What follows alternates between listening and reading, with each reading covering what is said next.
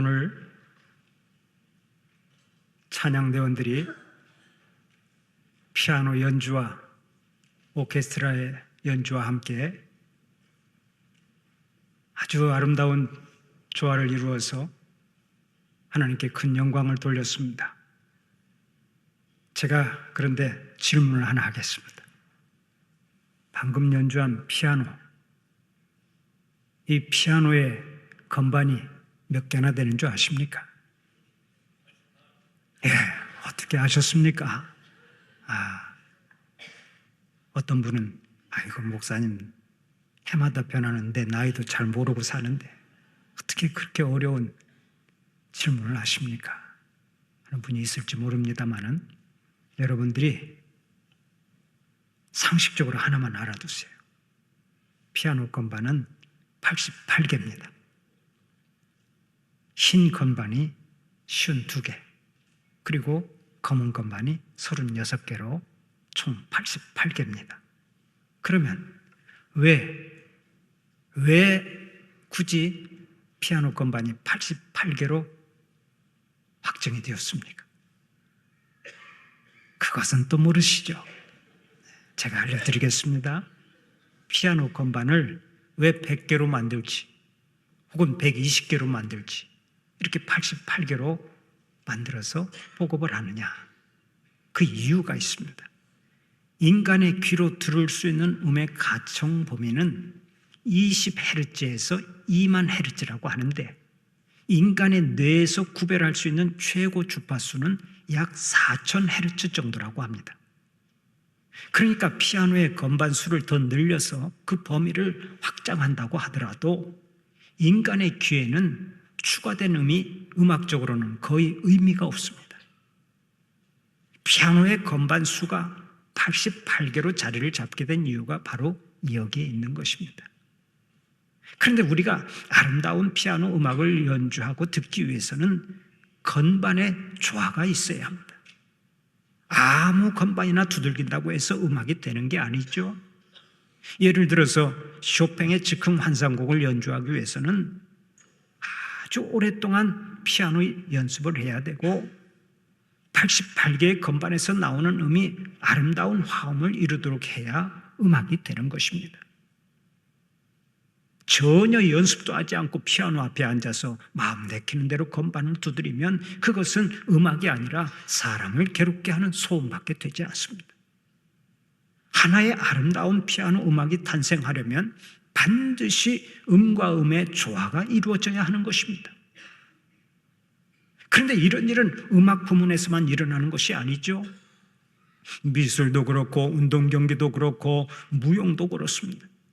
이 땅의 모든 아름다운 것들이 많지만은 생각해 보면 그 아름다움은 조화에서 옵니다. 낮과 밤의 조화, 땅과 바다의 조화, 식물과 동물의 조화, 자연과 사람의 조화, 그리고 남자와 여자의 조화까지 서로 조화를 이룰 때 아름다운 것입니다. 그래서 하나님은 이 세상을 창조하실 때부터 모든 만물이 조화를 이루도록 색깔도 얼마나 다양하게 만드셨는지 모릅니다. 무지개 색깔까지 빨주노초 파남보 이렇게 만들지 않으셨습니까? 하나님은 조화의 하나님이십니다. 조화를 통해서 아름다움을 창조하시고 조화를 통해서 행복을 노래하게 하시고 조화를 통해서 하나님의 영광을 높이 드러내게 하십니다. 그런데 이는 자연에만 해당되는 얘기가 아닙니다. 우리 인생도 마찬가지입니다. 우리가 한 생을 살아가면서 하나님께서 주시는 복을 복이 되게 하고 늘 행복을 노래하려면 우리의 삶도 조화를 이루어야 합니다. 가정에서는 가족 간의 조화가 이루어져야 하고 직장에서는 직장 동료와 조화를 이루어야 합니다. 사회에서도 다른 이들과 조화를 이루어야 하고 더 나아가서는 인류의 역사와도 조화를 이루어야 합니다. 내가 아무리 똑똑하고 잘났어도 이 모든 것들과의 조화가 이루어지지 않으면 인생은 실패하게 되어 있습니다.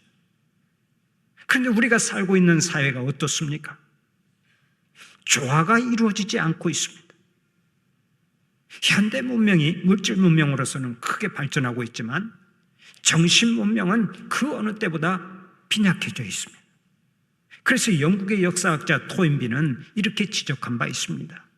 물질 문명은 토끼처럼 뛰고 있는 반면에 정신 문명은 거북이처럼 느린 걸음을 하고 있다. 이것이 바로 현대사회의 문제이고 현대사회의 위기다. 지금 우리가 살고 있는 지구촌은 점점 조화를 이뤄가고 있습니다. 정치, 경제, 사회, 문화, 윤리 등 어느 구석을 들여다보아도 서로 조화를 이루지 못하고 있습니다. 소리는 많지만 조화를 이루지 못하고, 소리는 크지만 공감하거나 감동하는 사람은 별로 없습니다. 예수님은 예수님 당시의 사회를 가리켜 이렇게 말씀하신 적이 있습니다. 우리가 너희를 향해 피리를 불어도 너희가 춤을 추지 않는구나. 너희를 향해 애통해하여도 너희는 가슴을 치지 않는구나. 한쪽에서 즐거워하며 피리를 불면 같이 춤을 출 줄 알아야 하고, 고통스러운 일로 인해 슬피 울고 있을 때는 같이 가슴을 칠 줄 알아야 하는데 그런 모습을 보기 어렵다는 말씀이었습니다. 그런데 이런 사회가 어디 2000년 전 유대 사회뿐입니까? 오늘 우리가 살고 있는 사회 역시 비슷하다고 할 수 있습니다. 이 세상에 나는 있지만 내가 함께 조화를 이루어야 할 이웃이 없습니다. 그래서 피리를 불어도 춤을 추지 않고 울어도 가슴을 치지 않습니다. 이것이 현대사회의 가장 큰 비극이라고 할 수 있죠. 그러므로 지금 우리에게 가장 시급한 것은 바로 조화의 회복입니다. 모든 면에서 삶의 조화를 회복해야 참 행복을 노래할 수가 있고 인생의 승리를 노래할 수 있는 것입니다. 그런 의미에서 오늘의 본문에 우리는 주목할 필요가 있습니다. 본문에는 조화를 잃은 한 부자에 대한 이야기가 나오는데 이 비유가 주는 교훈이 참으로 귀하기 때문입니다. 어느 마을에 한 부자가 있었습니다. 좋은 집에서 좋은 옷 입고 좋은 음식 먹고 호화롭게 살았습니다. 그런데 그 안은 아주 대조적인 사람이 있었습니다. 그가 바로 부잣집 대문 앞에서 살던 병든 거지 나사로입니다. 거지 나사로가 얼마나 형편없이 살았던지 몸에 부스럼이 나서 부자의 대문 앞에 들어누우면 개들이 와서 그 부스럼 난 곳을 핥아먹을 정도였습니다. 부자와 거지 나사로의 삶은 너무나 대조적이었습니다. 그 후에 두 사람이 죽어서 하늘나라에 갔습니다. 부자는 불꽃이 타오르는 지옥에 들어갔고 가난한 나사로는 천사들의 들림을 받아 하나님의 나라에 들어갔습니다. 그때 지옥에서 고통을 겪고 있던 부자가 도저히 견딜 수 없게 되자 천국에 있는 아브라함에게 간청했습니다. 아브라함이여, 나를 긍휼히 여기사 나사로를 보내어 그 손가락 끝에 물을 찌고 내 혀를 좀 서늘하게 해 주십시오. 그러자 아브라함은 한마디로 거절했습니다. 한번 지옥과 천국으로 갈라지면 더 이상 왕래할 수가 없느니라, 안 되느니라. 얼마나 큰 비극입니까? 삶의 조화를 잃어버린 부자는 이 세상에서 가장 귀한 것을 잃어버리고서 인생 대실패자가 된 것입니다. 오늘은 부자의 문제점을 찾아보며 동시에 우리가 한 생을 살면서 어떤 조화를 이루며 살아가야 할 것인지를 생각해보고 함께 은혜를 나누고자 합니다. 삶에는 어떤 조화가 있어야 합니까?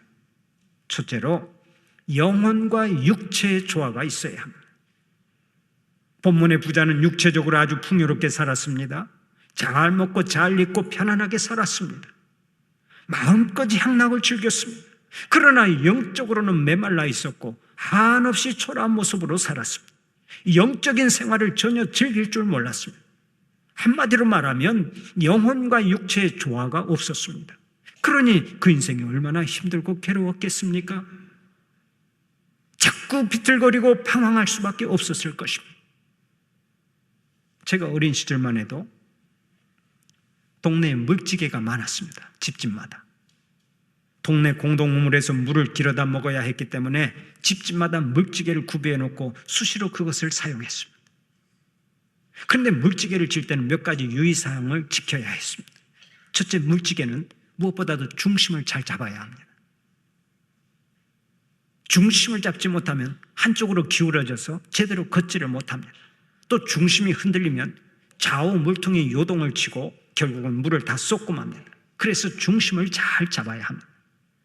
둘째, 물지개를 칠 때는 언제나 허리를 굽혀야 합니다. 허리를 빳빳이 세운다든가 뒤로 젖히면 앞으로 나아갈 수가 없습니다. 적당히 허리를 굽혀야 무게를 견딜 수 있고 앞으로 나아갈 수 있습니다. 셋째, 물지개는 균형과 조화가 절대적으로 필요합니다.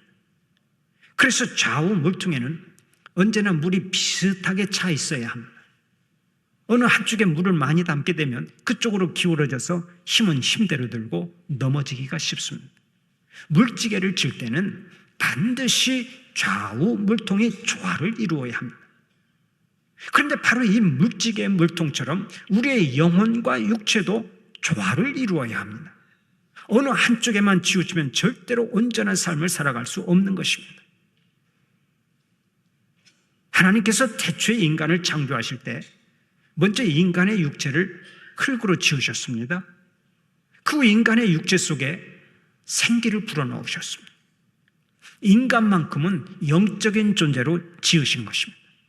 그런 의미에서 인간은 영과 육이 결합된 생명체라고 말할 수 있습니다. 그러나 언젠가 이 영과 육은 분리될 때가 있겠죠. 그 순간이 바로 죽음을 맞이하는 시간입니다. 죽음을 맞이해서 영과 육이 분리되면 육체는 다시 흙으로 돌아갑니다. 하지만 우리의 영혼은 다 하나님 앞으로 돌아갑니다.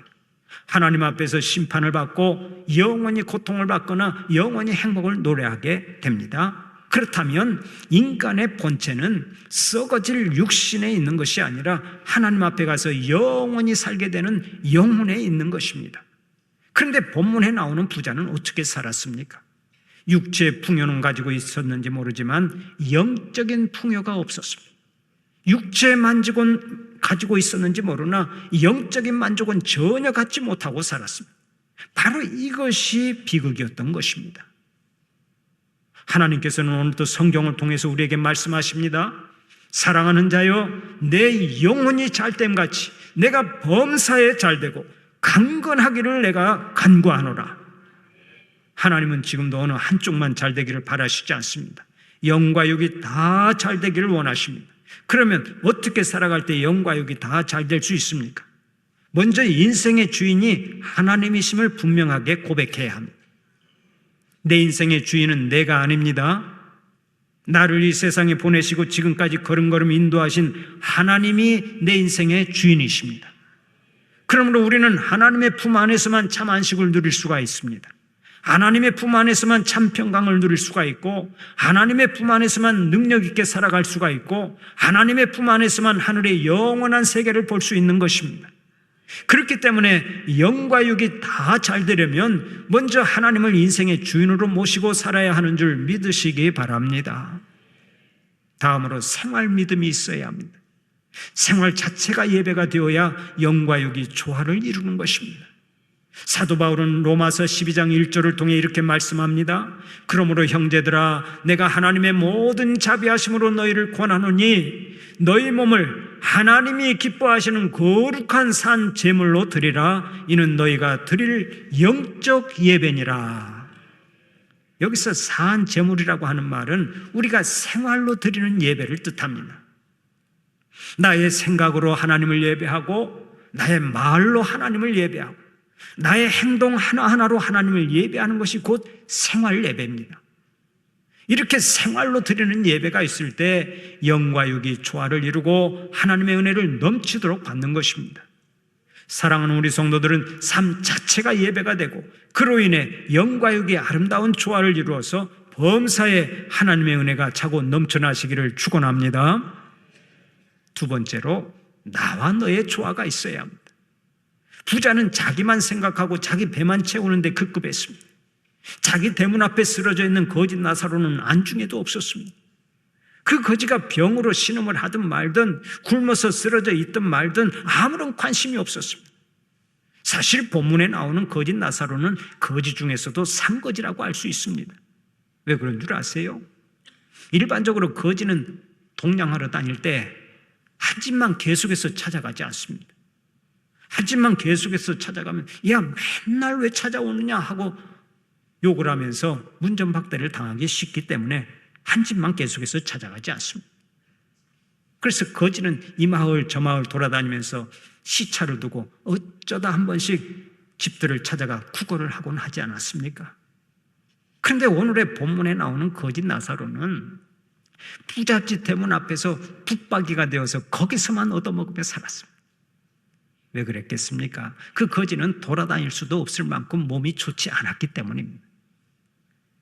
개가 와서 그의 헌대를 핥아먹을 정도면 그는 몸이 심하게 쇠약해지고 병들어 있었던 것이 틀림없습니다. 그런데도 부자는 그 거지에게 일체 관심이 없었습니다. 자기만 잘 먹고 잘 살고 자기만 즐기면 그것으로 만족했습니다. 본문 19절을 보면 부자가 자색옷을 입었다고 했는데 그 당시에 자색옷은 200데나리온 정도 되는 아주 값비싼 옷입니다. 1데나리온이 노동자 하루 품삯이었으니까 요즘 돈으로 환산하면 하루 품삯을 10만 원만 잡아도 2천만 원짜리 옷이고요. 20만 원으로 잡으면 무려 4천만 원짜리 옷이 되는 것입니다. 부자는 그렇게 비싼 옷을 입고 허구한 날 호화롭게 살면서도 자기 집 앞에서 사는 병든 거지는 일체 거들떠보지도 않았습니다. 결국 거지는 부자의 상에서 떨어지는 부스러기나 먹으면서 겨우겨우 삶을 연명해 갔던 것입니다. 본문에 나오는 부자에게는 나와 너의 조화가 없었습니다. 나도 잘 살고 너도 잘 살아야 한다라는 의식이 전혀 없었어요. 그는 삶의 균형과 조화를 완전히 상실한 채 살았는데 바로 이것이 그를 실패하게 만든 것입니다. 여러분, 지금 다른 사람에게 나누어주고 베풀 수 있는 기회가 왔습니까? 그러면 그 기회를 놓치지 말고 베푸세요. 그러면 반드시 하나님께서 복을 주시고 합력하여 선을 이루게 해 주십니다. 다윗이 왕위에 오르고서 승승장구했는데 어느 날 자기의 사랑하는 아들 압살롬이 반란을 일으켰습니다. 아버지를 죽이고 자기가 왕이 되겠다고 반란을 일으켰을 때 다윗은 아들을 피해 허겁지겁 도망쳤습니다. 멀리 마하나임이라고 하는 곳까지 도망을 쳤습니다. 그런데 그때 바르실레가 달당을 찾아왔습니다. 그냥 온 것이 아닙니다. 사무엘하 17장 28절 이하를 보면 온갖 곡식과 꿀과 버터와 양과 치즈를 가져와서 이렇게 말합니다. 정신적으로 얼마나 고단하십니까? 또 육체적으로 얼마나 배고프십니까? 부하들과 이것 좀 드시고 힘을 내십시오. 그때 다윗이 얼마나 큰 감동을 받았겠습니까? 다윗은 그 일을 평생 잊지 않고 살았습니다. 그리고는 죽으면서 아들 솔로몬에게 이렇게 유언을 남겼습니다. 솔로몬아, 바르실레의 아들들에게 은총을 베풀어 그들이 내 상에서 먹는 자 중에 참여하게 하라. 내가 내 형 압살롬의 낯을 피하여 도망할 때 그들이 내게 나왔느니라. 다윗은 자기에게 은혜를 베푼 바르실레를 잊지 않고 그의 후손을 왕손처럼 대우하라고 부탁했던 것입니다. 하나님께서는 다른 사람에게 선을 베풀면 반드시 몇 배 좋은 것으로 보상해 주시고 합력하여 선을 이루어 주시는 줄 믿으시기 바랍니다. 우리가 하나님께서 우리에게 다른 사람들에게 선을 베풀면 그것으로 끝나는 게 아니라고요. 반드시 하나님께서는 갑절로 몇 배로 갚아주시고 합력하여 선을 이루게 해 주시는 거예요. 그런 거로 언제든지 선을 베풀 기회가 생기면 지체하지 말고 선을 베풀고 다른 사람에게 나누어주는 그런 행복을 누릴 수 있는 여러분들이 되시기를 바랍니다. 어디서든 나만 생각하고 나만 잘 되면 행복할 줄 알지만 그렇지 않습니다. 진정한 행복은 이웃을 사랑할 때 오는 것입니다. 그래서 성경은 줄곧 말씀합니다. 내 이웃을 내 몸처럼 사랑하라. 새 계명을 너희에게 주노니 서로 사랑하라. 내가 너희를 사랑한 것 같이 너희도 서로 사랑하라. 너로 서로 돌아보아 사랑과 선행을 격려하라. 범사에 너희에게 본을 보였노니 곧 이같이 수고하여 약한 사람들을 돕고 또 주 예수의 친히 말씀하신 바 주는 것이 받는 것보다 복이 있다 하심을 기억하여야 할지니라. 서로 돕는 사랑을 통해서 나와 너의 조화를 이루고 그 속에서 행복을 노래하라는 것입니다. 하나님을 크게 보고 하나님을 사랑하면 반드시 이웃도 크게 보이고 이웃을 사랑하게 됩니다. 하나님 사랑과 이웃 사랑은 하나이기 때문입니다. 날마다 하나님 사랑으로 이웃을 사랑해서 나와 너의 조화를 이루고 그 속에서 하나님의 영광을 높이 드러내는 여러분들이 되시기를 바랍니다. 마지막으로 오늘과 내일의 조화가 있어야 합니다. 부자는 오늘만을 생각하며 호의호식하고 즐겁게 살았지만 내일이 없었습니다.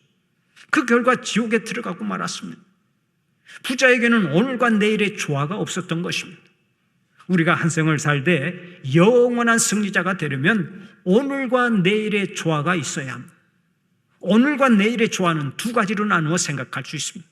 하나는 역사와의 조화이고 또 하나는 하나님 나라와의 조화입니다. 먼저 역사와의 조화라고 하는 것은 앞으로 100년, 200년 후에 우리의 후손들이 그때 우리 조상들은 참 잘 살았어 라고 평가할 수 있도록 오늘을 잘 살아야 한다는 얘기입니다. 오늘만을 생각하는 근시안적인 안목으로 살지 않고 내일의 역사에 대한 안목을 가지고서 오늘 최선을 다해 살아갈 때 우리는 역사와의 조화를 이룰 수 있습니다. 100년, 200년을 내다보고 오늘을 의미 있게 살아가는 여러분들이 되시기를 바랍니다. 다음으로 한 걸음 더 나아가서 하나님 나라와의 조화가 있어야 합니다. 부자는 이 세상에서 잘 먹고 잘 살았지만 결국 하나님의 나라에 가서는 지옥에 떨어져 버렸습니다. 하나님 나라와의 조화를 이루지 못한 결과였습니다. 기억하세요.